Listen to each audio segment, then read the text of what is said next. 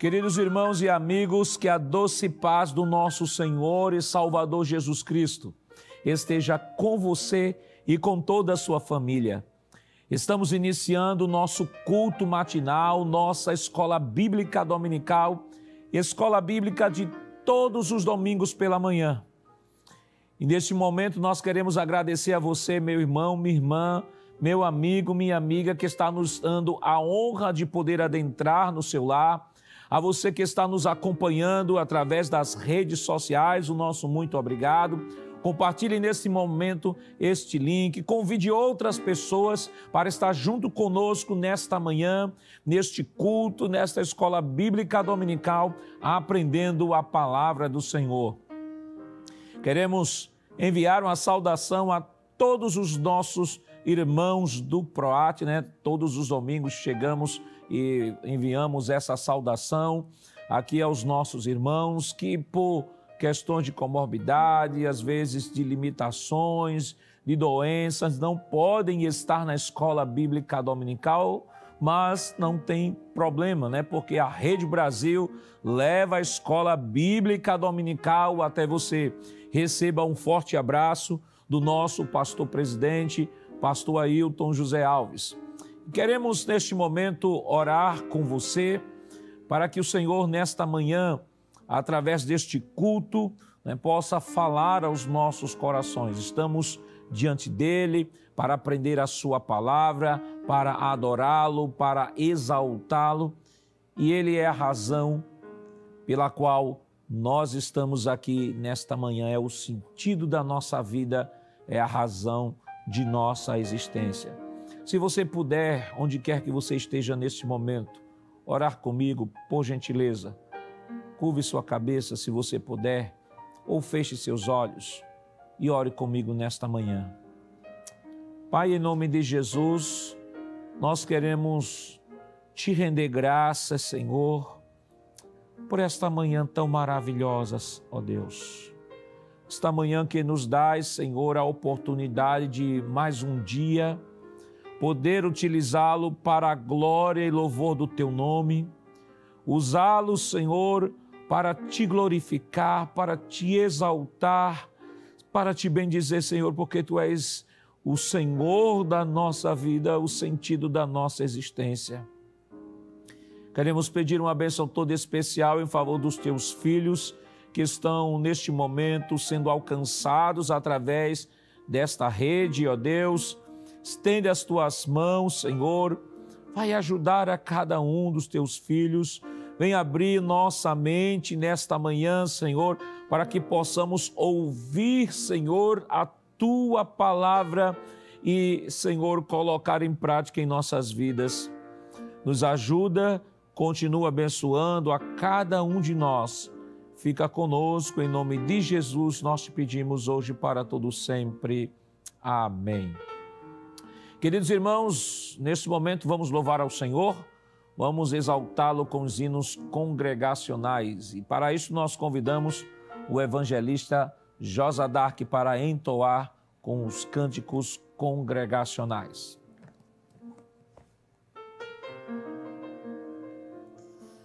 Saúdo a todos com a paz do nosso Senhor Jesus Cristo. Meus amados irmãos, vamos adorar a Deus conforme nos orienta o nosso pastor. Vamos cantar o hino de número 28, que é da nossa lição.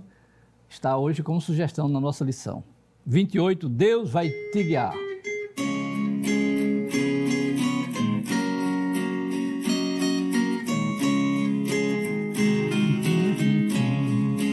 Andas carregado de tristeza e dor, sem nenhum auxílio, nenhum salvador. Ouvi a mensagem de teu bom Jesus, e tem mais coragem, leva a tua cruz. Deus vai te guiar com sua forte mão, pode descansar na tribulação. Seja a tua vida livre de pesar, em tristeza lida, Deus vai te guiar. Toda tuas cargas por ti Ele quer levar. Alma dolorida ouve o seu falar, senda espinhosa Ele já andou, morte afrontosa por ti suportou. Deus vai te guiar com sua forte mão, pode descansar na tribulação. Seja a tua vida livre de pesar, em tristeza lida Deus vai te guiar. Se estás tentado, Deus te ajudará, sempre confiando te libertará. As pisadas seguem do teu Salvador, crendo em Deus prossegue, seja como for. Deus vai te guiar com sua forte mão, pode descansar na tribulação. Seja a tua vida livre de pesar, em tristeza lida Deus vai te guiar. Aleluia! Glória a Deus! Meus amados, o hino de número 84, bem conhecido, O Grande Eu Sou.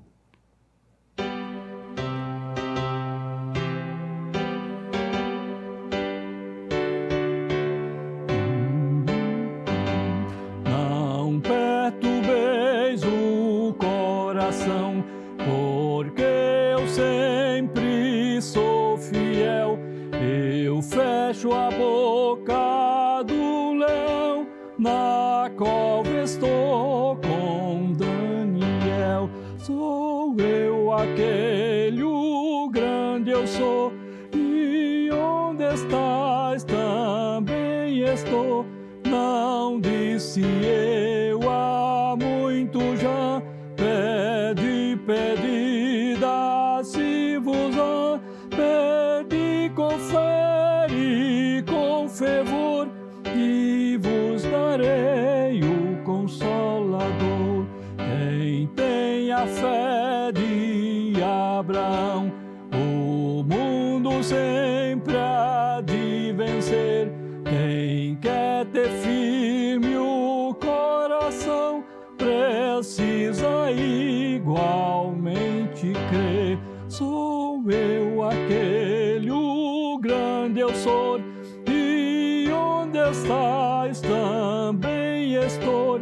Não disse eu há muito já, pede, pede, dá-se-vos-á, pede, confere com fervor, e vos darei o Consolador. Com terremoto e vento após, do céu um fogo e muito furor, ouviu Elias a minha voz, voz de eterno, voz de amor.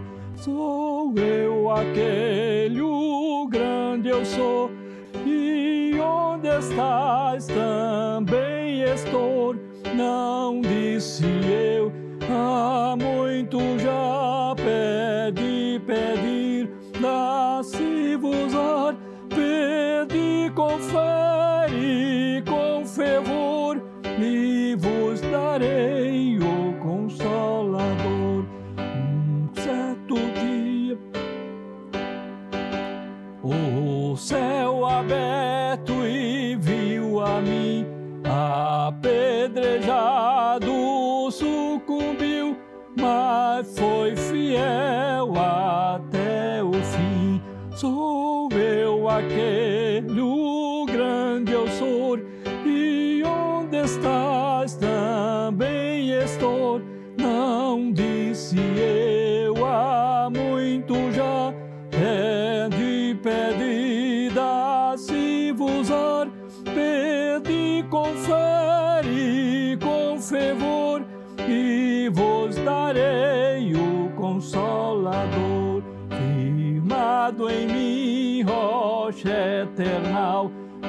Assim jamais o crente cai. Buscai o dom celestial que vem da casa de meu Pai. Sou eu aquele, o grande sou, e onde estás também estou. Não disse eu há muito já, pedi, dá-se-vos a pede, confere com fervor, e vos darei o Consolador.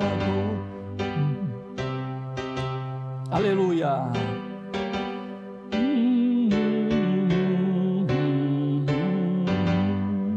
Aleluia.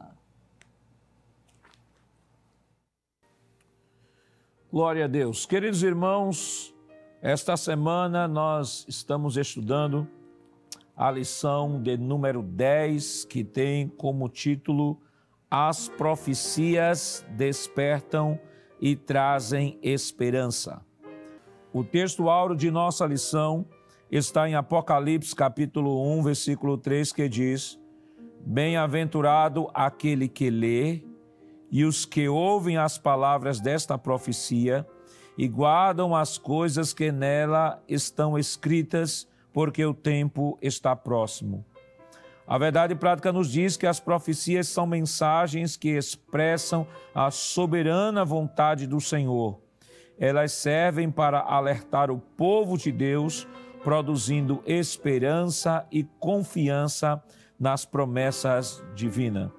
A leitura bíblica em classe da nossa lição, ela está em Jeremias, no capítulo 1, versículos 4 ao 10, Joel, capítulo 1, versículos do 1 ao 3, e Apocalipse, capítulo 1, versículos do 1 ao 3.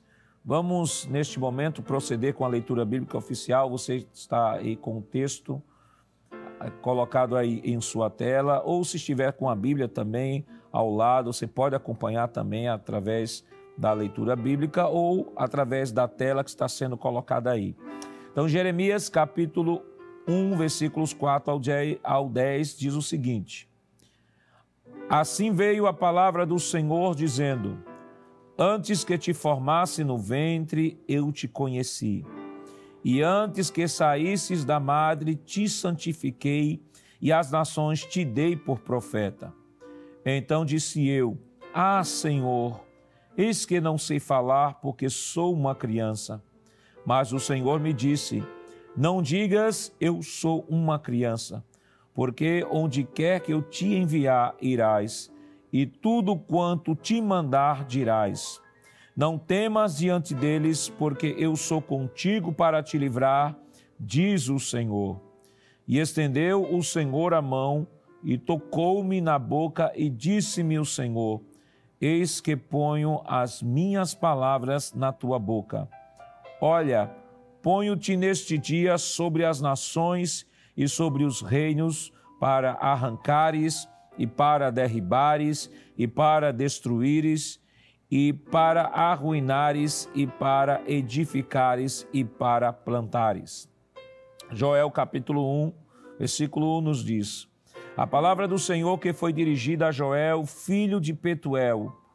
Ouvi isto, vós, anciãos, e escutai todos os moradores da terra. Aconteceu isto em vossos dias, ou também nos dias de vossos pais? Fazeis sobre isto uma narração a vossos filhos, e a vossos filhos, e aos seus filhos, e aos filhos destes, a outra geração. Apocalipse capítulo 1, versículo 1. Revelação de Jesus Cristo, ao qual Deus lhe deu para mostrar aos seus servos as coisas que brevemente devem acontecer, e pelo seu anjo as enviou e as notificou a João, seu servo, o qual testificou da palavra de Deus e do testemunho de Jesus Cristo e de tudo o que tem visto. Bem-aventurado aquele que lê e os que ouvem as palavras desta profecia e guardam as coisas que nela estão escritas, porque o tempo está próximo. Amém. Queridos irmãos, nesse momento nós vamos orar ao Senhor, agradecendo pela leitura da sua palavra e pedindo que Ele nos ajude a colocar em prática, abra nossa mente para que possamos compreender as verdades contidas nesses textos que foram lidos e possamos não só compreender, mas colocar em prática em nossa vida. Vamos orar neste momento. Pai, em nome de Jesus, nós queremos te render graças pela leitura da tua palavra que foi realizada, Senhor. Queremos pedir o teu favor, a tua bênção sobre cada um dos teus filhos que estão sendo alcançados, que esta palavra, Senhor, possa encontrar guarida no coração de cada um dos teus servos, Senhor. Nos ilumina, abre nosso entendimento. Abençoa o teu filho que daqui a alguns instantes estará ministrando a tua palavra, Senhor. Usa o Senhor poderosamente e transmite, Senhor, para nós as tuas verdades, Senhor, os teus princípios para as nossas vidas. Continua estendendo as tuas mãos sobre cada um de nós. Fica conosco, em nome de Jesus nós pedimos hoje para sempre. Amém. Queridos irmãos, nesse momento nós vamos convidar o irmão Jonas Santana, que estará fazendo aqui uma oração pelos dizimistas e ofertantes.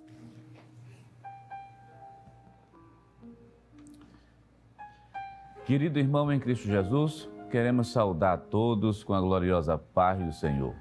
Como é bom, nesse domingo de manhã, estarmos aqui, estarmos na casa de Deus, para participar dessa escola bíblica dominical. E lembrando a você que a escola bíblica é um culto.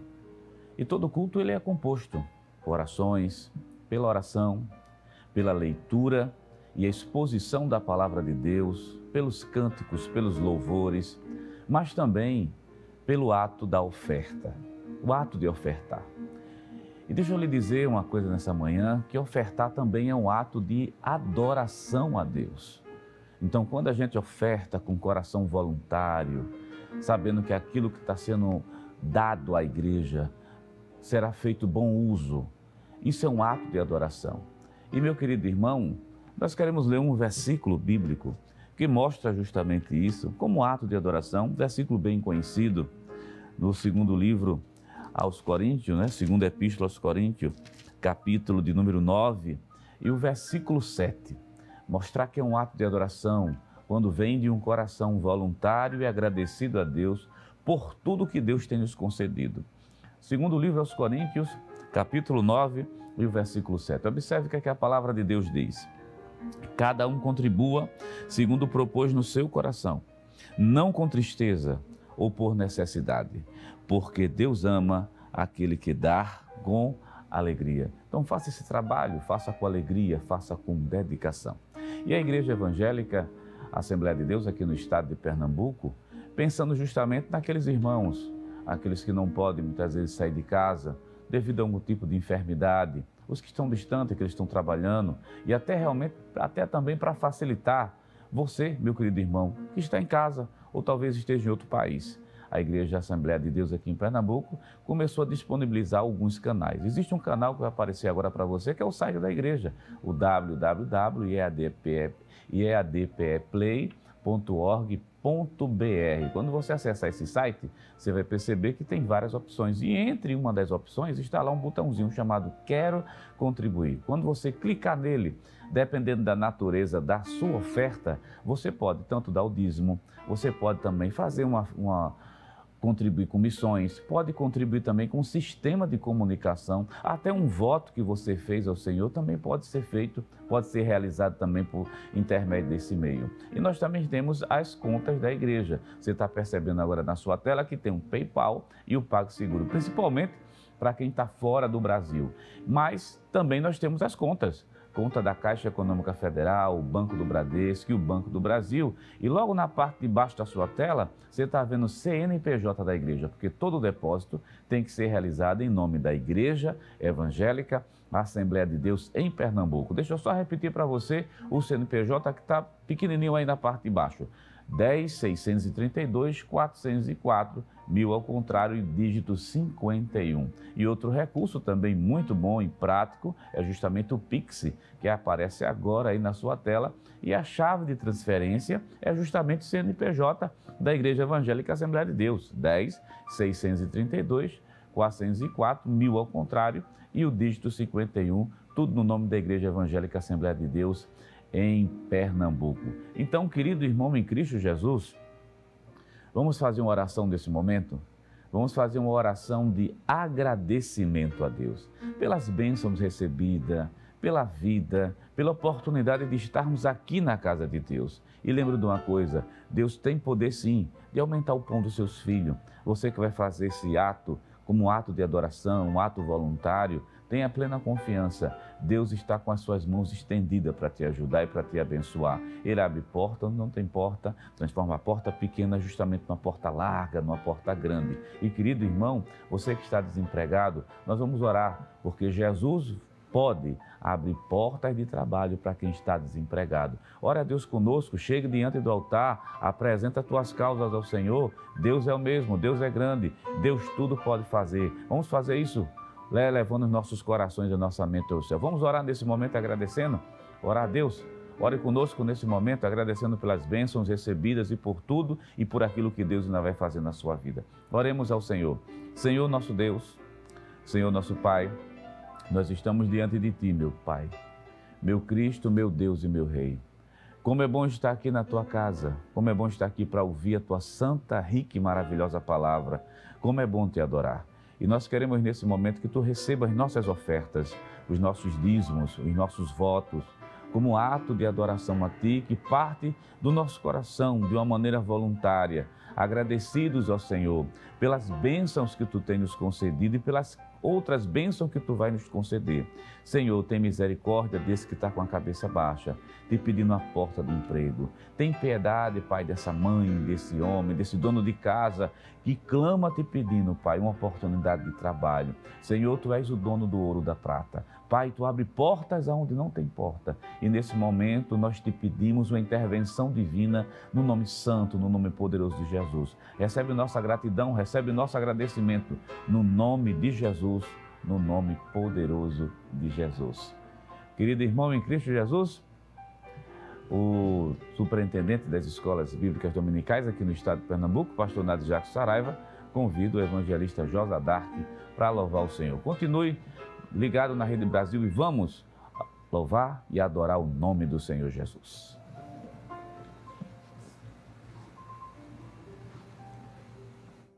Aleluia, vamos adorar a Deus com mais um hino 259, Creio Eu na Bíblia.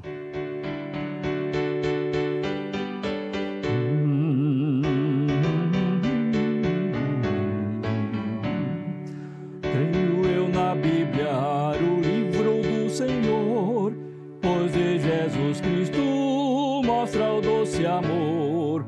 Todos meus pecados do passado estão, paz e gozo tenho em meu coração. Aleluia. Creio eu na Bíblia, livro de meu Deus. Para minha Bíblia é o maná dos céus. Mostra meu caminho para o lar celestial. Acho eu na Bíblia graça divina. Creio eu na Bíblia, ensina-me a cantar cantos de vitória prometido já. Lindas melodias eu cantando eu vou, porque redimido pelo sangue estou. Creio eu na Bíblia, livro de meu Deus. Para minha Bíblia é o maná dos céus. Mostra-me o caminho para o lar celestial.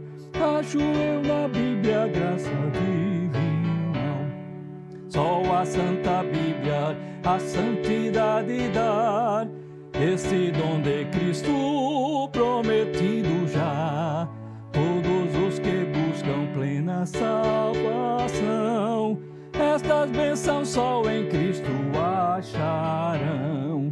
Creio eu na Bíblia, livro do meu Deus. Para minha Bíblia é uma mostra-me o caminho para o lar celestial. Acho eu na Bíblia graça divina.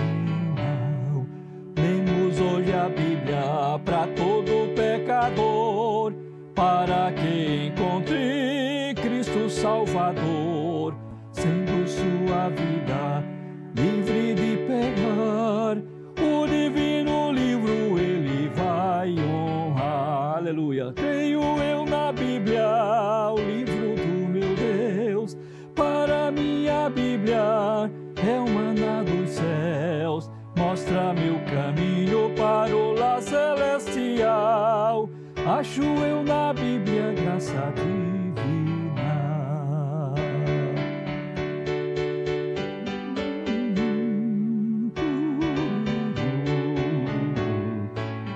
Aleluia!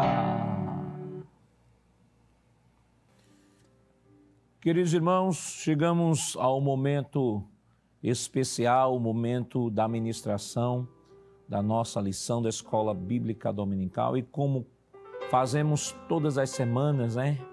Então convidamos você a deixar sua Bíblia aberta, a sua revista aí do seu lado, aquele caderninho de anotações para estar anotando aquilo que estará sendo esboçado, que estará sendo ensinado nesta manhã. E tem sido escalado pelo nosso pastor nesta manhã, o auxiliar irmão Jonas Santana, e com ele já está a oportunidade.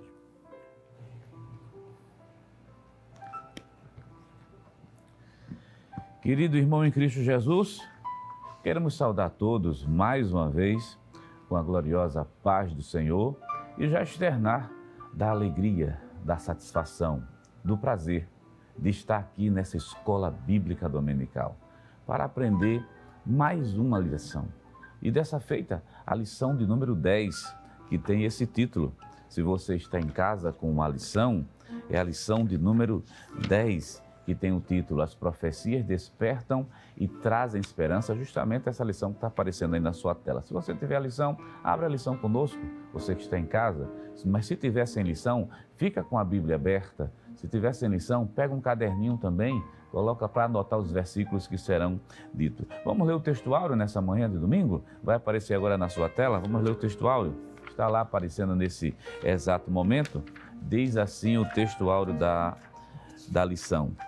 Bem-aventurado aquele que lê e o que ouvem as palavras dessa profecia e guardam as coisas que nelas estão escritas, porque o tempo está próximo. Apocalipse capítulo 1, versículo 3. É a nossa verdade prática para hoje. Diz o seguinte: as profecias são mensagens que expressam a soberana vontade do Senhor. Elas servem para alertar o povo de Deus, produzindo esperança e confiança nas promessas divinas. Então, meu querido irmão em Cristo Jesus, vamos para a verdade prática, vamos comentar um pouco, para daqui a pouco a gente começar a falar sobre as profecias. A questão da verdade prática que apareceu aí na sua tela vai falar que as mensagens, ou melhor, que a profecia é uma mensagem que expressa a soberana vontade de Deus. E vamos também focar algumas coisas aqui sobre o tema dessa lição. Quando se fala que as profecias despertam e trazem esperanças, o foco principal dessa lição é trabalhar as profecias que estão escritas no texto bíblico. Por que fazer essa diferenciação? Porque existe o dom, você já sabe, você que acompanha a Escola Bíblica Dominical, já viu, na verdade, outras lições aqui, que fala justamente do dom de profecia que é concedido através do Espírito Santo àqueles que são batizados com o Espírito Santo. Mas o foco, na verdade, não é esse. O foco são as profecias que estão registradas na Palavra de Deus. Então, estas profecias, que se fala lá como título da nossa lição, é bem sugestivo, as profecias que despertam e trazem esperança, lembre que é aquela que está registrada nas Escrituras Sagradas. Nós temos, sim, livros proféticos. Não resta a menor dúvida, esses livros proféticos que têm na sua maior parte, na verdade, mais de 90%, uma coletânea de profecias. Mas é bom deixar claro que no livro de Gênesis existe profecia. Gênesis capítulo 13, versículo 15. A primeira profecia foi dada pelo próprio Deus, falando justamente da vinda de nosso Senhor e Salvador Jesus Cristo, que ia pisar a cabeça do diabo. Está lá capítulo 3, versículo 15 do livro de Gênesis. Em Êxodo também tem? Sim, em Êxodo também tem, mas para você ter uma noção, as profecias, elas estão diluídas, espalhadas em todo o texto sagrado, de maneira que nós podemos dizer nessa manhã que a Bíblia, ela é um livro profético na sua totalidade. Agora, nós temos profecias registradas em livros históricos, mas também nós temos livros completamente só de profecias. Vamos para a nossa introdução, para a gente entender bem essa questão do que é ser um profeta, do que é um seu profeta, e depois como essas profecias estão organizadas no texto bíblico. E não se esqueça disso, são as profecias que despertam a esperança e trazem também esperança. Vamos lá para a introdução da nossa lição? Nós precisamos conceituar, vai aparecer agora na sua tela. Vamos ler essa introdução. Diz assim a introdução: os livros proféticos do Antigo Testamento se dividem em profetas maiores e profetas menores. A designação serve para diferenciar o tamanho dos livros e não o grau de importância dos seus autores. Os profetas maiores são Isaías, Jeremias, Lamentações, Ezequiel e Daniel. Já os outros 12, de Oséias a Malaquias, são os profetas menores. No Novo Testamento, apenas o livro de Apocalipse é classificado como profético. A mensagem desses livros desperta e, ao mesmo tempo, produz esperança para o povo de Deus. Vamos comentar um pouco sobre a questão da profecia. A Bíblia é um livro profético.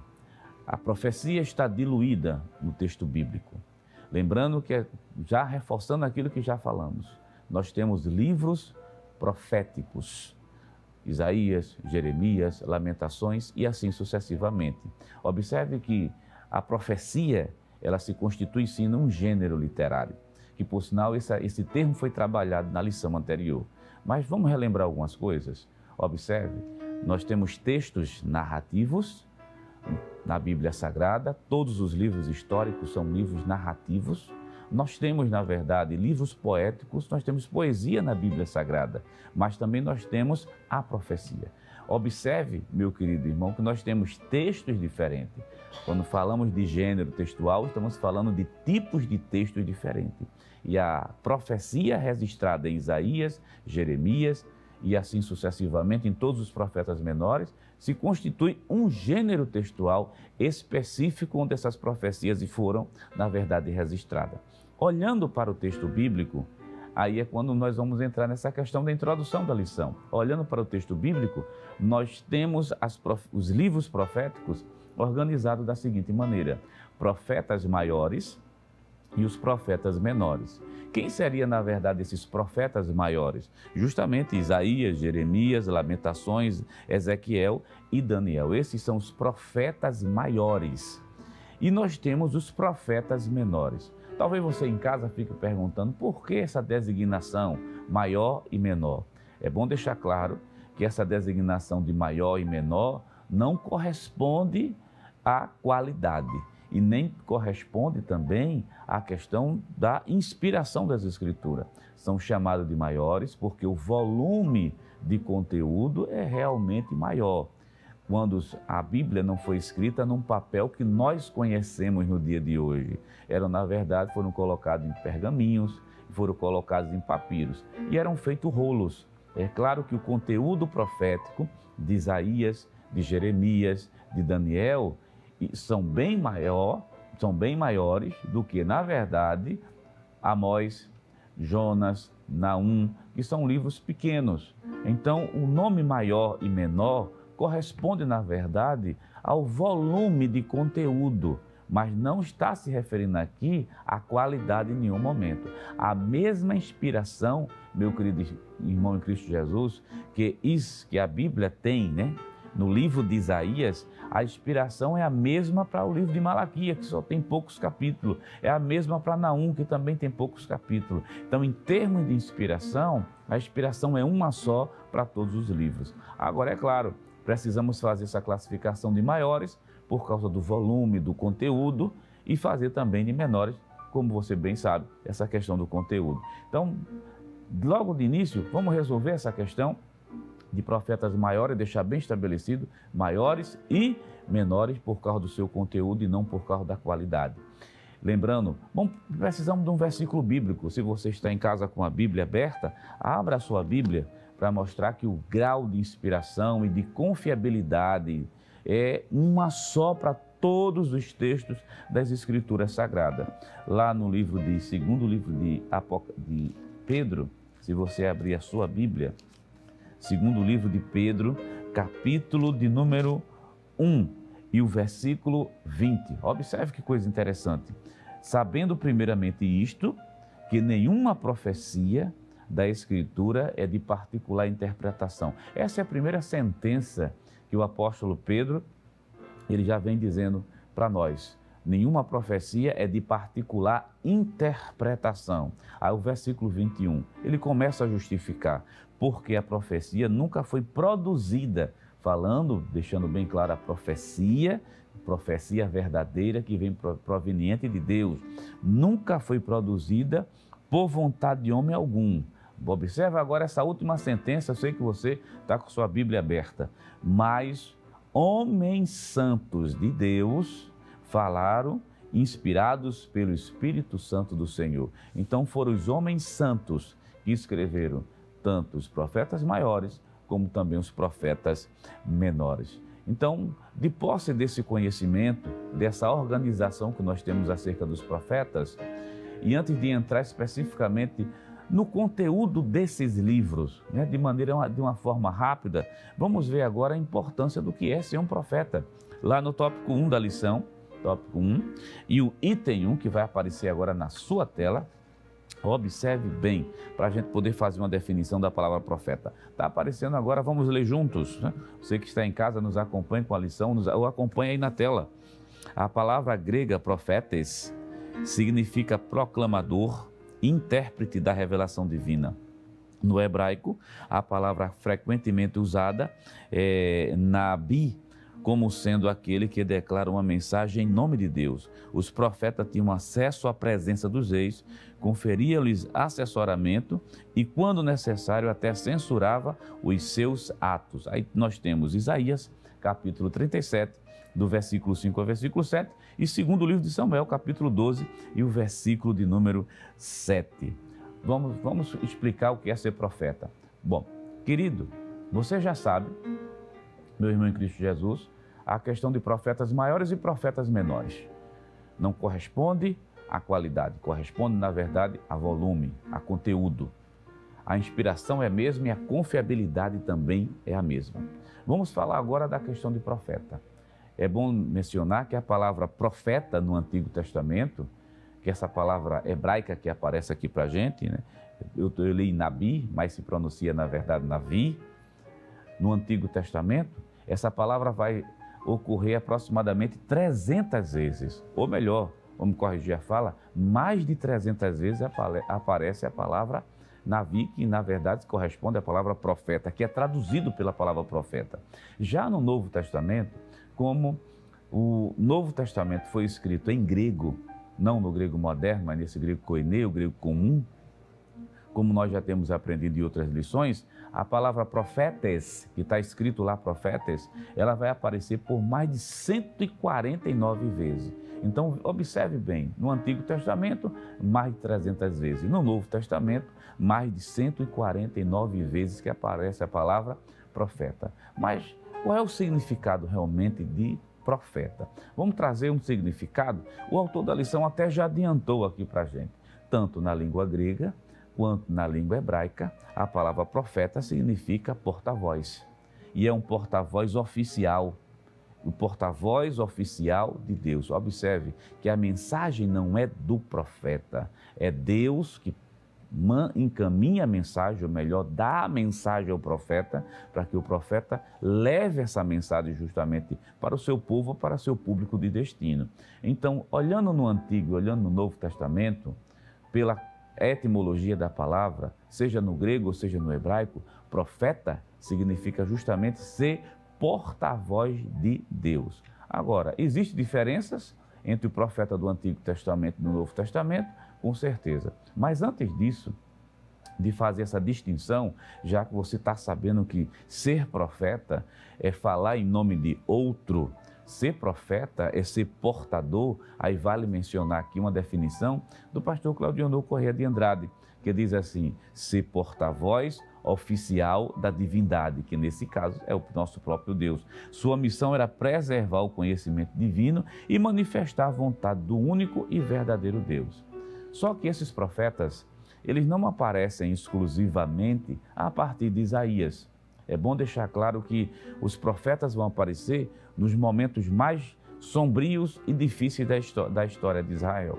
Existe uma coisa que eu quero, meu querido irmão, que você que está em casa guarde, porque os profetas que nós estamos trabalhando, esses, sempre deixando claro, você talvez que está chegando agora para assistir o programa, estamos falando dos profetas bíblicos. É bom deixar claro que o profeta, ele se constituiu como sendo a consciência nacional de Israel em determinados momentos difíceis.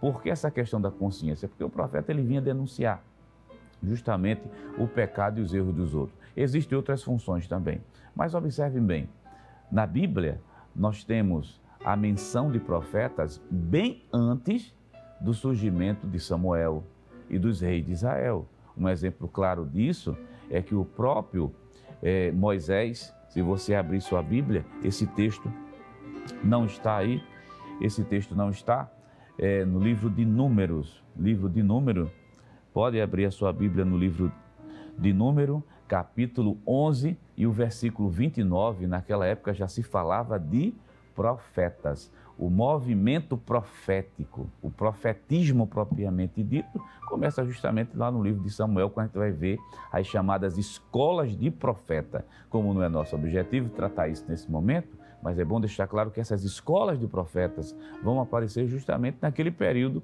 do primeiro livro de Samuel. Mas, bem antes disso, a função de profeta já existia. Capítulo 11 do livro de Números e o versículo 29 diz a palavra de Deus: porém Moisés lhe disse: tens tu ciúmes por mim?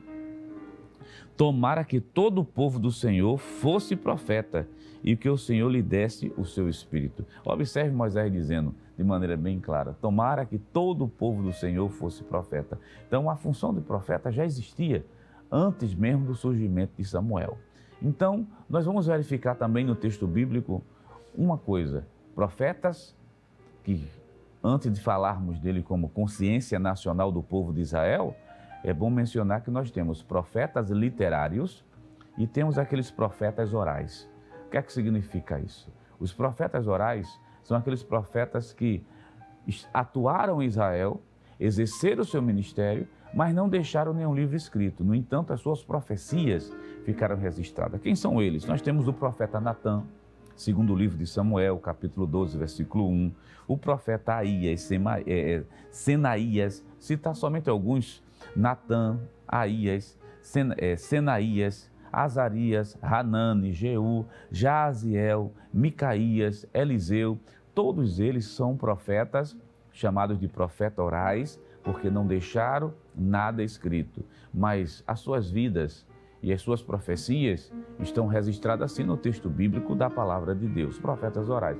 Já os profetas literários, ou chamados também de profetas da escrita, são aqueles que, além de profetizar, também deixaram suas profecias escritas e registradas. É o caso de Isaías, é o caso de Jeremias, é o caso de Amós, é o caso de Jonas. Então, querido irmão em Cristo Jesus, você já sabe desse movimento profético, ou melhor, da função de profeta, bem antes do livro de Samuel, das escolas propriamente ditas de profetas, dos profetas que são orais e aqueles profetas que são, na verdade, literários. Agora, olhando bem de perto, qual era a função real desses profetas? Qual era a função real? Nós temos profetas maiores e profetas menores. O volume de informação é muito grande. É óbvio que num programa como esse não existe a possibilidade da gente descrever o volume, todo o conteúdo desses profetas. Só os profetas menores são 12. Mas existem algumas coisas em comum entre eles. Algumas coisas em comum. Primeiro, os profetas, lá principalmente do Antigo Testamento, eles tinham funções que eram funções únicas. Eles ungiam reis, que é o caso, por exemplo, do primeiro livro de Samuel, capítulo 9 e o versículo 16. Função de ungir reis. Outra função que eles também vão ter, função de aconselhar reis. Está lá, primeiro livro de Samuel, capítulo 10 e o versículo de número 8. Outra função lá do Antigo Testamento, ou melhor, função do profeta no Antigo Testamento, que eles também eram consultados pelas pessoas. E o livro de Samuel vai ser praticamente um exemplo sempre citado. E o capítulo 9, começando do versículo 8 até o versículo 10, também vai mostrar essas funções. Observe bem, o profeta, ele unge reis, esse é o profeta do Antigo Testamento. O profeta, ele aconselha os reis e o profeta também é consultado pelas pessoas. Então, essa é a função do profeta. Mas tudo bem, existe uma coisa a ser considerada, que esse ofício, esse exercício, parte de uma pessoa que foi escolhida por Deus. É Deus quem escolhe pela sua soberana vontade para que aquela pessoa venha se constituir um profeta. Abra a sua Bíblia ou abra a sua lição no capítulo em Jeremias. Para facilitar, na nossa leitura bíblica em classe, que eu quero pedir para colocar na tela, a nossa leitura bíblica em classe, para que você que está em casa nos acompanhe, para ver que esse chamado é um chamado divino. É Deus quem chama, é Deus quem seleciona e lhe atribui essa função importantíssima, isso lá no Antigo Testamento. Mas, meu querido irmão, estamos falando dessas classificações, falando da função, mas não se esqueça do tema da nossa lição, as profecias bíblicas que estão registradas aqui, que vai nos trazer o quê? Despertar esperança, trazer esperança para dentro dos nossos corações. Mas lembrando que esses homens santos, como disse o apóstolo São Pedro, foram selecionados pelo Senhor. Vamos ler conosco? Pedir que coloque aí na tela justamente a leitura bíblica em classe. Observe bem, Jeremias capítulo 1 e versículo 4. Diz assim a palavra de Deus, é o chamado de Jeremias, né? Deus convocando, chamando esse homem e separou ele desde o ventre da mãe. Diz assim, assim veio a minha palavra do Senhor dizendo, antes que te formasse no ventre, eu te conheci, e antes que saísse da madre, te santifiquei, e as nações te dei por profeta. Então disse eu, Senhor Jeová, eis que não sei falar porque sou uma criança. Mas o Senhor me disse, não diga sou uma criança, porque aonde quer que eu te enviar, irás. E tudo quanto te mandar, dirás. Não temas diante dele, porque eu sou contigo para te livrar, diz o Senhor. E estendeu o Senhor a sua mão, tocou-me na boca e disse-me o Senhor, eis que ponho as minhas palavras na tua boca. Olha, põe-te neste dia sobre as nações e sobre os reinos, para arrancares, para derribares, para destruir, para arruinares, e para edificares e para plantares. Veja que coisa linda. Deus selecionou um homem já desde o ventre de sua mãe e colocou para ser profeta em Israel. Interessante que o Senhor diz no capítulo 1, você que está com a sua Bíblia aberta ou com a sua lição, dizendo de maneira bem clara, antes que te formasse no ventre, eu te conheci, e antes que saísse da madre, te santifiquei, e às nações já te dei por profeta. Veja que autoridade tremenda esse profeta do Antigo Testamento tem, porque no versículo 10 diz assim, olha, põe-te nesses dias sobre as nações, ou melhor, te coloquei nesse dia sobre as nações, para arrancares, para derribares, para destruir, para arruinares, e para edificares e para plantar. Veja que autoridade divina. É Deus quem chama, é Deus quem separa, é Deus quem seleciona para atividades específicas dentro da sua casa. Agora, analisando, querido, todas as profecias, dos maiores e dos menores, vamos encontrar alguns elementos comuns que correspondem à função dos profetas. Exemplo, os profetas denunciavam as injustiças sociais. A primeira coisa, lembra quando nós falamos que ele é a consciência nacional de Israel? Consciência nacional de Israel ou do povo, como você queira. Porque qual era a função básica de todos eles? Primeiro, denunciar o pecado. Depois que denunciava o pecado, A segunda função é dizer que existe esperança, existe a possibilidade de restauração. Existe a denúncia feita pelo profeta, mas mesmo com a denúncia sendo feita, através, é claro, de profecia, existe depois uma mensagem de esperança, dizendo: é possível voltar àquilo que era antes, é possível se reerguer novamente, é possível aquela comunhão que foi cortada ser restabelecida. Então, são esses elementos comuns: a denúncia do pecado e, ao mesmo tempo, também uma mensagem de esperança. É claro que nessa denúncia de pecados, que ainda é uma classificação geral, aí dentro se denunciava as injustiças sociais que aconteciam. Vamos ler alguns versículos daqui a pouco. Se denunciava também aquela religião fria, apática que tinha, justamente aquela religião de fachada que Israel tinha. É a denúncia do pecado, mas sempre a gente vê Deus trazendo a mensagem de esperança, convocando o povo ao arrependimento. E antes de falar especificamente dessas profecias, meu querido, deixa eu me dirigir para você nesse momento, porque são princípios. São princípios. O apóstolo Paulo vai dizer que tudo aquilo que está escrito para o nosso ensino. E de toda a profecia no texto bíblico, nós encontramos esses elementos comuns: a denúncia e a restauração. Sim, lembrando também que existe outro assunto comum entre os profetas: a esperança messiânica de Jesus vim em carne e osso para morrer pelos pecadores, como acontece no livro de Isaías capítulo 53, como também da grande esperança que a igreja do Senhor tem de encontrar com Jesus nos ares. Mas, meu querido, vamos focar nesses dois momentos, nessas dois elementos que são comuns. O Evangelho também é assim. Quando chega, denuncia o pecado, mostra o erro, mostra as falhas, mostra os problemas, mostra que o homem está sem Deus, sem paz, sem salvação, precisando de Jesus. Paz, quando eu falo, não é somente paz mental, é a paz entre ele e Deus. Então, é para isso que serve a pregação do Evangelho, para mostrar, revelar, deixar evidente. É a luz que chega clareando e mostrando como está a situação. Mas essa mesma luz, essa mesma mensagem que mostra e denuncia o pecado, junto com ela também tem uma mensagem de esperança, tem uma mensagem de convocação para ser restaurado novamente diante de Deus. Aquela comunhão que foi perdida, Jesus restaura. Aquela vida que foi estragada pelo pecado, meu querido, Jesus também restaura. Aquela vida que se desgastou tanto no mundo, ainda existe esperança para você. Então, são os princípios que estão lá exarados no Antigo Testamento que servem para a gente nesse momento para lhe dizer: Jesus de Nazaré restaura, independente da condição, independente da situação que você esteja envolvido. Outra coisa, outro elemento comum entre os profetas: a esperança messiânica.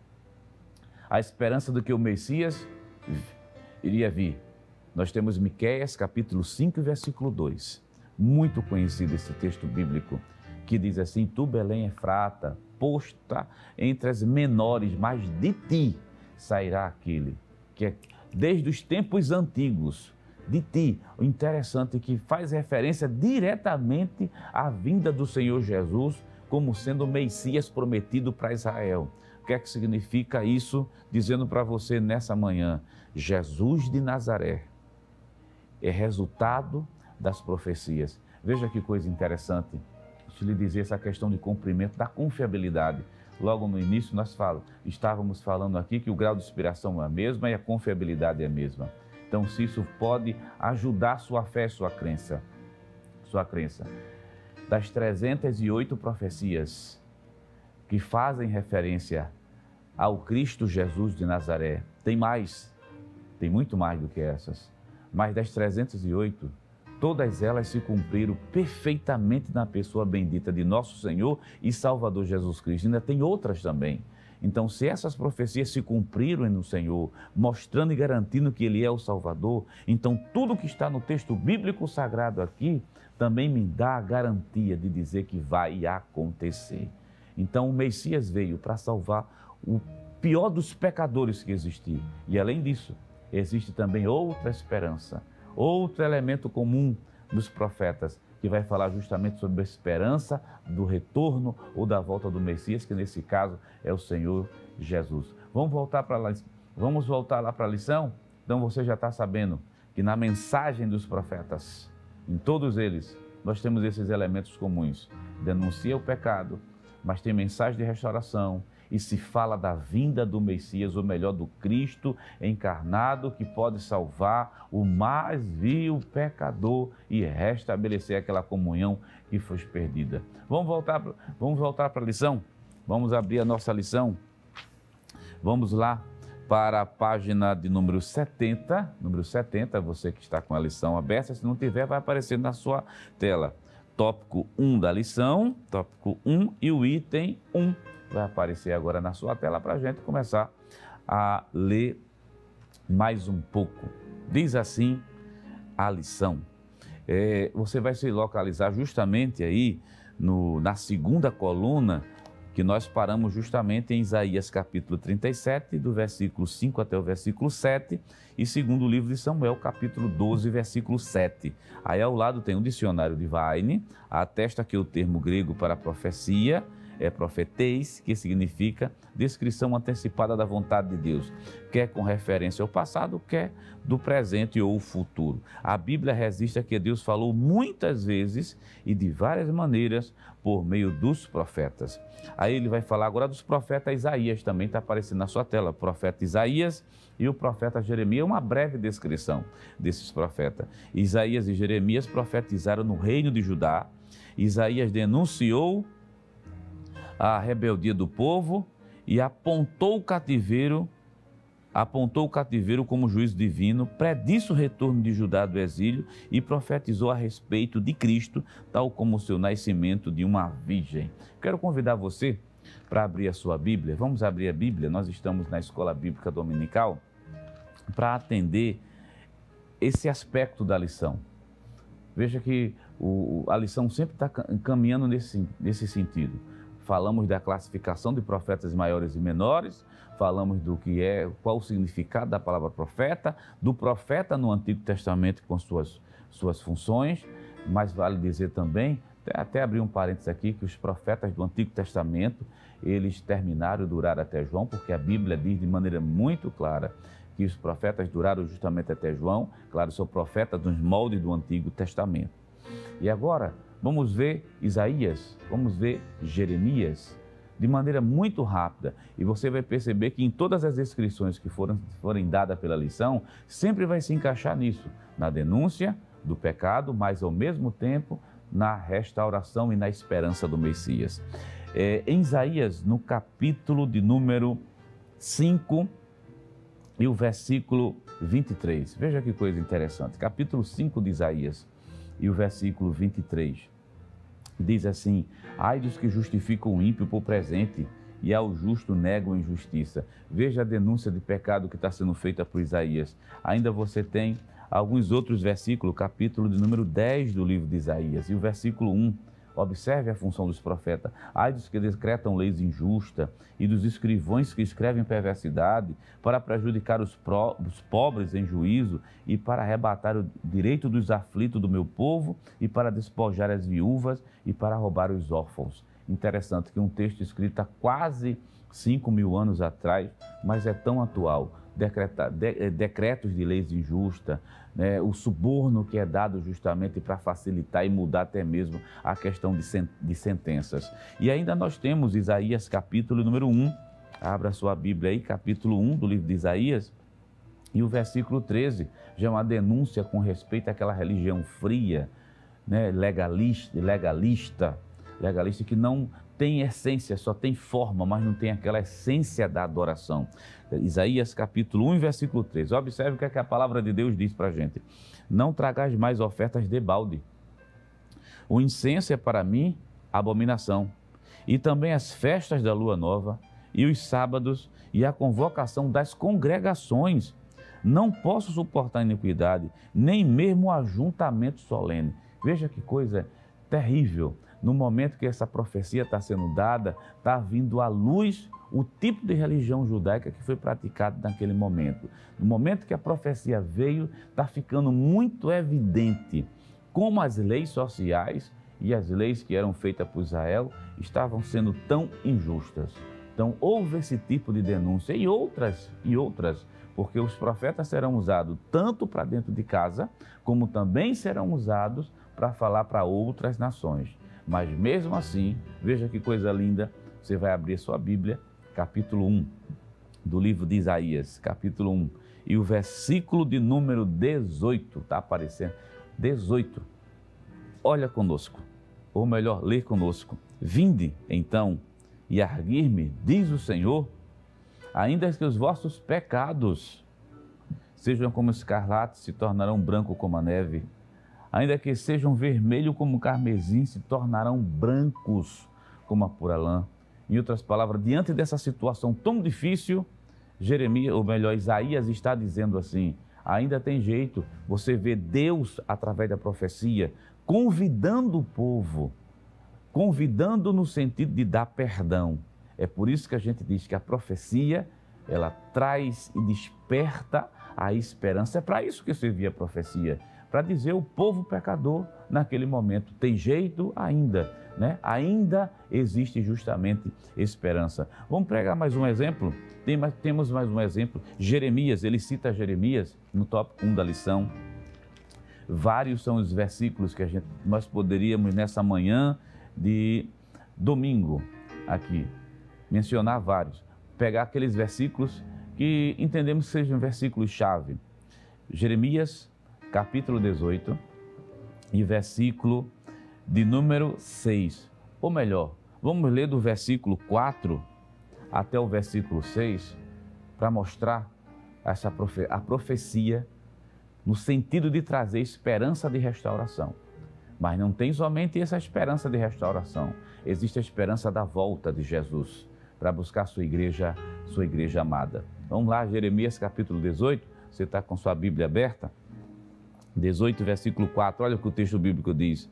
Como o vaso que ele fazia de barro se quebrou na mão do oleiro, tornou a fazer dele outro vaso, conforme o que pareceu bem aos seus olhos. Então veio a mim a palavra do Senhor, dizendo: não poderei eu fazer de vós como fez este oleiro, ó casa de Israel, diz o Senhor.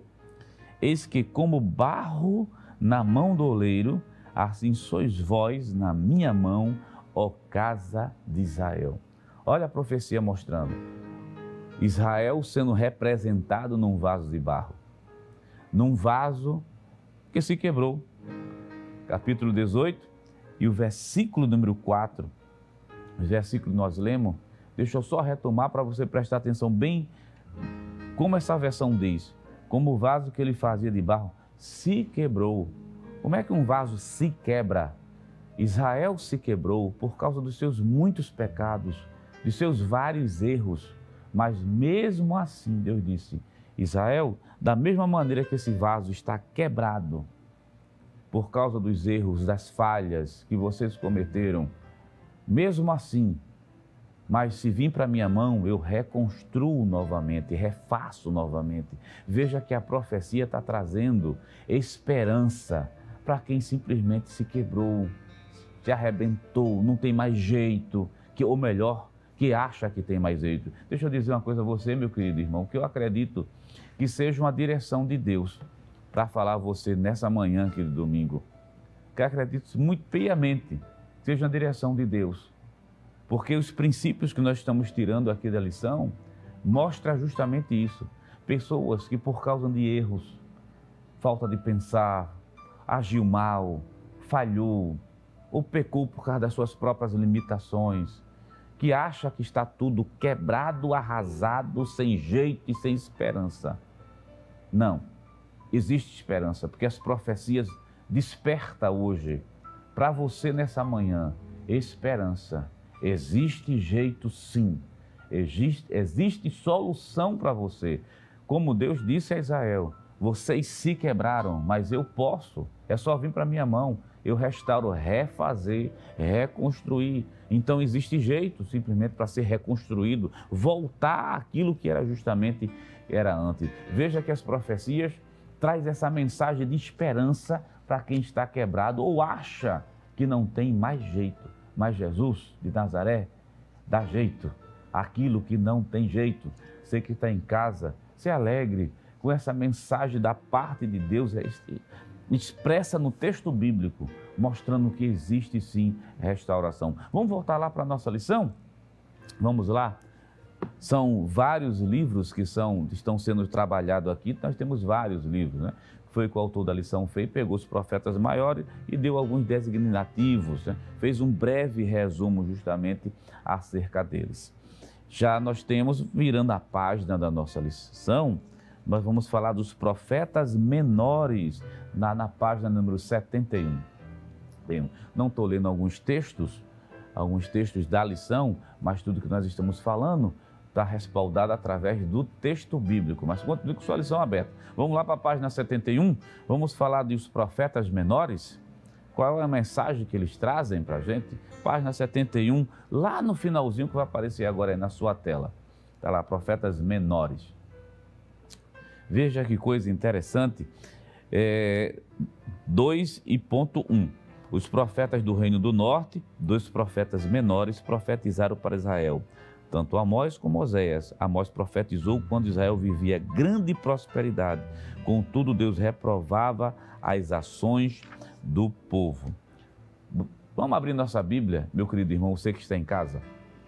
Vamos abrir a palavra de Deus lá no livro de Amós. Talvez não dê tempo da gente ver todos os profetas. Sim, para nós nos situarmos, né? Se for falado de Reino do Norte, se situar historicamente. Israel era uma tribo, ou melhor, Israel era uma nação formada por 12 tribos. E durante 120 anos, Israel, nós vimos isso na aula anterior, Israel, durante 120 anos, era uma monarquia unida. Interessante que as 12 tribos estavam em torno de um único rei. Era um momento teocrático, monárquico, onde Deus estava liderando a sua nação por intermédio dos reis. Mas o último rei da monarquia unida foi justamente Salomão. E quando Salomão morreu, seu filho Roboão assumiu o seu lugar. Isso está registrado no primeiro livro de Reis, lá no capítulo número 12. Assumiu. E é justamente com Roboão que a nação ela vai se dividir. 2 tribos localizadas no Reino do Sul ficaram conhecidas como sendo localizadas no Sul, ficaram conhecidas como sendo o Reino do Sul.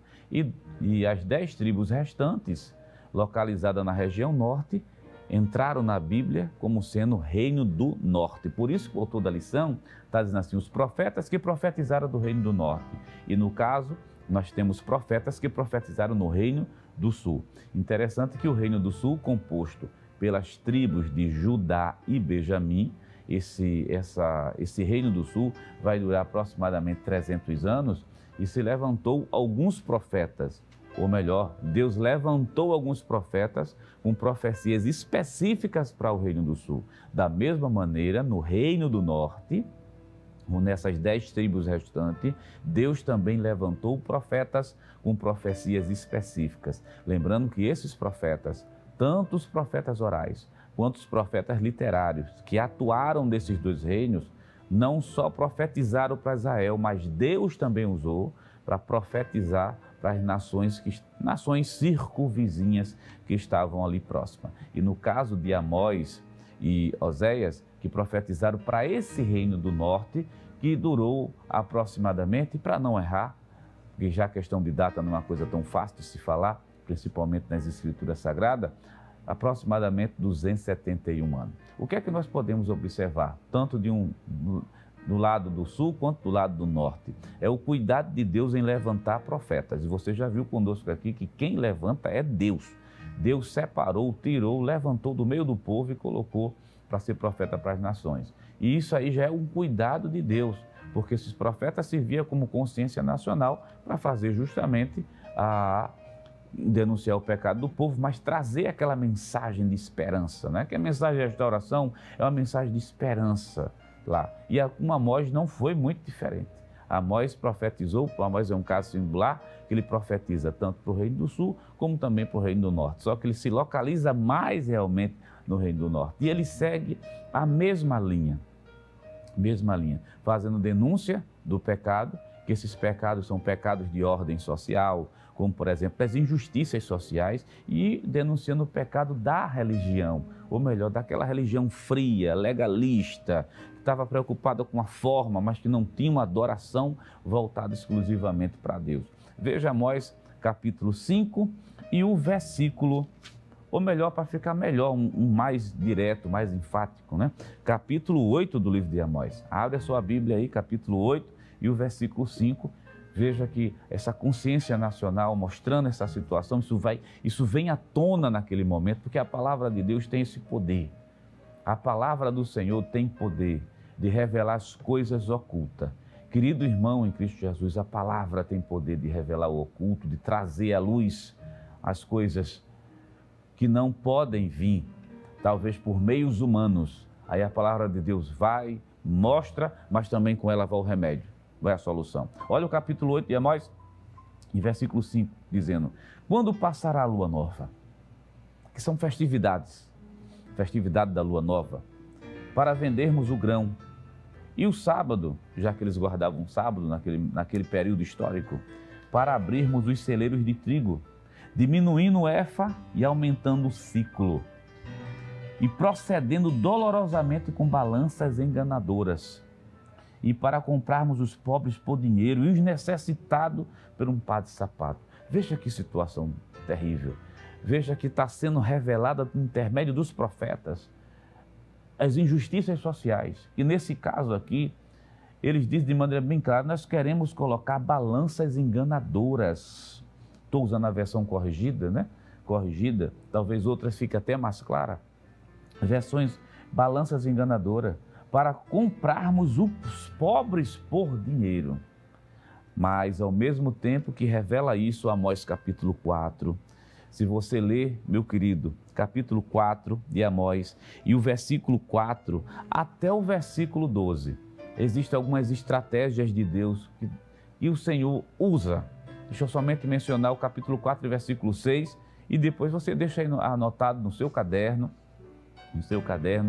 leia todo o capítulo 4, deixa aí na sua lição, anote, que é muito interessante observar um refrão que vai sempre se repetir no capítulo 4. Olha, capítulo 4 de Amós, versículo 6. Por isso também vos dei limpezas de dente. Aqui se está fazendo referência à fome. Em todos os vossos lugares, contudo não vos converteste a mim, diz o Senhor. Essa expressão, não vos converteste a mim, diz o Senhor, é uma expressão recorrente no capítulo 4. Deus utilizando estratégia, capítulo 4, versículo 6, a primeira estratégia de trazer esse povo para si, faltou pão para ver se o povo clamava. Por isso que no refrão diz assim: mesmo assim vocês não se converteram a mim. Esse refrão vai aparecer também no versículo 8. E andar errante 2 ou 3 cidades e na outra cidade, para beberem água, mas não se saciaram, e contudo, no entanto, vocês não se converteram a mim. Vejam a estratégia de Deus, veja que a profecia que está sendo dada nesse momento aí, denuncia, mas é Deus mostrando: eu fiz isso para ver se vocês se voltavam para mim. Então, todos os profetas vão seguir justamente a mesma linha. Vamos ainda lá para a nossa lição, bem rapidinho, vamos para a nossa lição, lá para a página de 72, e vamos lá para o tópico 2.2, os profetas pré-exílio. E a gente começa a ver, querido, o cuidado de Deus. Em tudo a gente vê o cuidado de Deus. Olha, os profetas pré-exílios. Os profetas de Judá, pré-exílios, são 4. Joel, para você me acompanhar, Joel, Miqueias, está aí quase no meio da tela, Abacuque e Sofonia, pré-exílio.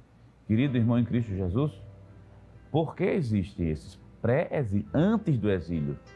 Todos eles existem uma característica comum, pedindo que o povo se convertesse, se arrependesse, se voltasse, porque Deus tiraria justamente o castigo.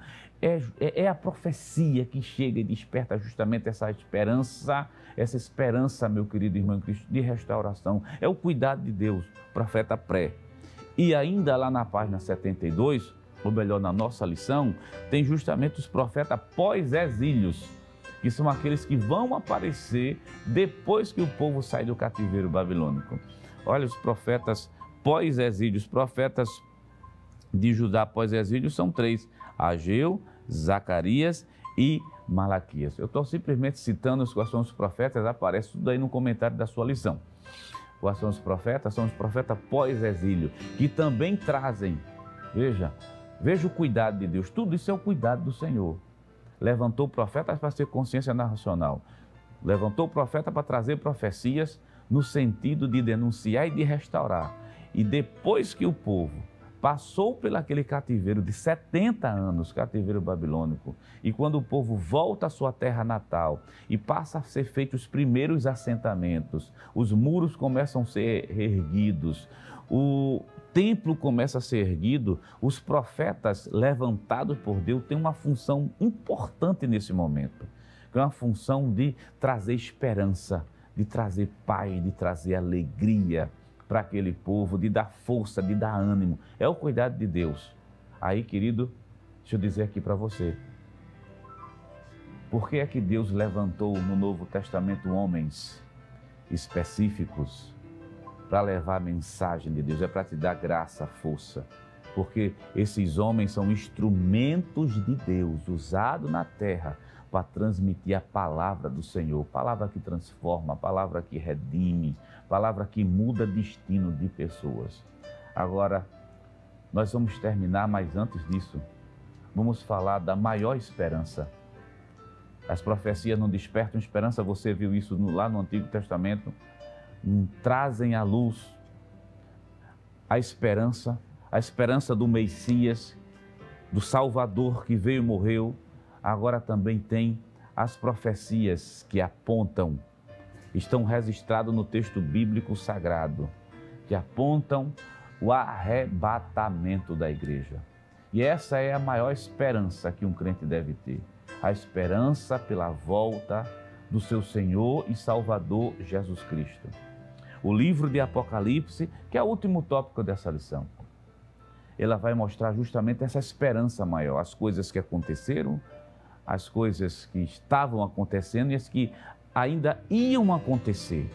E entre uma coisa que ainda vai acontecer, se alegra em Deus, porque Jesus de Nazaré, ele vai voltar para buscar a sua igreja amada. É a maior profecia que nós temos. Vamos abrir o texto bíblico? Vamos lá? Primeiro livro aos Coríntios, capítulo 15. Capítulo 15 aos Coríntios. Falar dessa rica esperança, dessa viva esperança, despertada nos crentes. Olha o capítulo 15 e o versículo 52. Observe o que é que a palavra de Deus tem para falar para nós nessa manhã. E não se esqueça disso, agora chegou o ponto máximo da maior esperança que um crente deve ter. A profecia que revela a maior esperança cristã de Jesus voltar para buscar a sua igreja amada.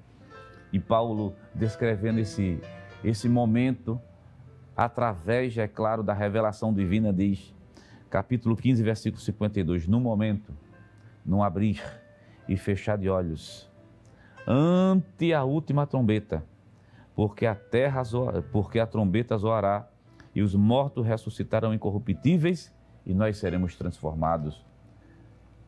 Primeiro livro aos Tessalonicenses, abra sua Bíblia, você que está em casa, para nós juntarmos a argumentação do apóstolo São Paulo, capítulo 4, da primeira epístola aos Tessalonicenses, começando do versículo 16 até o versículo número 18. Versículo 16 diz assim a palavra de Deus para a gente nessa manhã, porque o mesmo Senhor descerá do céu com alaridos, com voz de arcanjo, com trombeta de Deus, e os que morreram em Cristo ressuscitarão primeiro. Depois nós, olha a sequência, que coisa linda, que é a sequência. Depois nós, que primeiro são aqueles que morreram em Cristo, os que ficarmos vivos, seremos arrebatados juntamente com Ele nas nuvens, a encontrar com o Senhor nos ares, e assim estaremos para sempre com o Senhor. Interessante, primeiro, os que morreram em Cristo ressuscitarão primeiro. Depois nós, os vivos. Aí você está pensando assim, essa sequência vai de um para outro, de um evento para outro vai demorar muito, o apóstolo São Paulo diz que tudo isso acontecerá num piscar de olhos. E no final, o apóstolo diz no capítulo 4 e versículo número 18, dizendo assim: portanto, consolai-vos uns aos outros com esta palavra. Ainda no capítulo 5 da primeira epístola aos Tessalonicenses, e o versículo de número 11, Paulo diz o seguinte: pelo que exortais uns aos outros e edificai-vos uns aos outros, como também o fazeis. Se você olhar todos os versículos anteriores, é a recomendação paulina. Qual é a recomendação? A maior esperança que as profecias apontam para a vinda de nosso Senhor e Salvador Jesus Cristo. E a maior esperança que nós temos é de um dia morar com Jesus nas regiões celestiais. E Paulo diz assim: consolai-vos. Querido, consolai-vos. Aquele parente amado que morreu em Cristo Jesus, a gente vai se encontrar um dia. Consolai-vos com essa esperança. E depois Paulo ainda vai dizer lá no versículo número 11, exortai-vos. Sempre tenha em mente que Jesus pode vir a qualquer momento. E além de exortai-vos, edificai-vos nessa esperança, porque as profecias estão se cumprindo e Jesus de Nazaré vem buscar a sua igreja amada. Então, nessa manhã, querido irmão em Cristo Jesus, de tudo aquilo que nós falamos, tudo aquilo que foi ensinado pela gloriosa palavra de Deus, e que nós vimos nessa lição, que várias são as profecias no Antigo Testamento, que apontavam para a restauração. Então deixa eu dizer a você que está em casa, que talvez ainda não aceitou Jesus como Salvador, talvez nós estejamos aqui falando para pessoas que estão assistindo o programa, mas ainda não fizeram a decisão para Jesus. Jesus restaura. A maior profecia está na Bíblia, Jesus restaura, meu querido.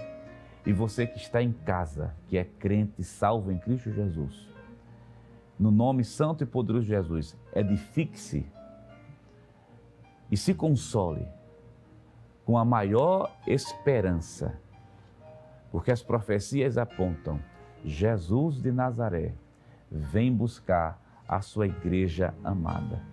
Que Deus nos abençoe nessa manhã de domingo, que Deus nos ajude, nos conceda da sua graça e tenha plena consciência que o Senhor está do seu lado, está lhe ouvindo, e se firme com Deus, se firme com os céus, com as regiões celestiais, porque é para lá que nós iremos. Que Deus te abençoe, no nome santo, justo e poderoso de Jesus. Amém.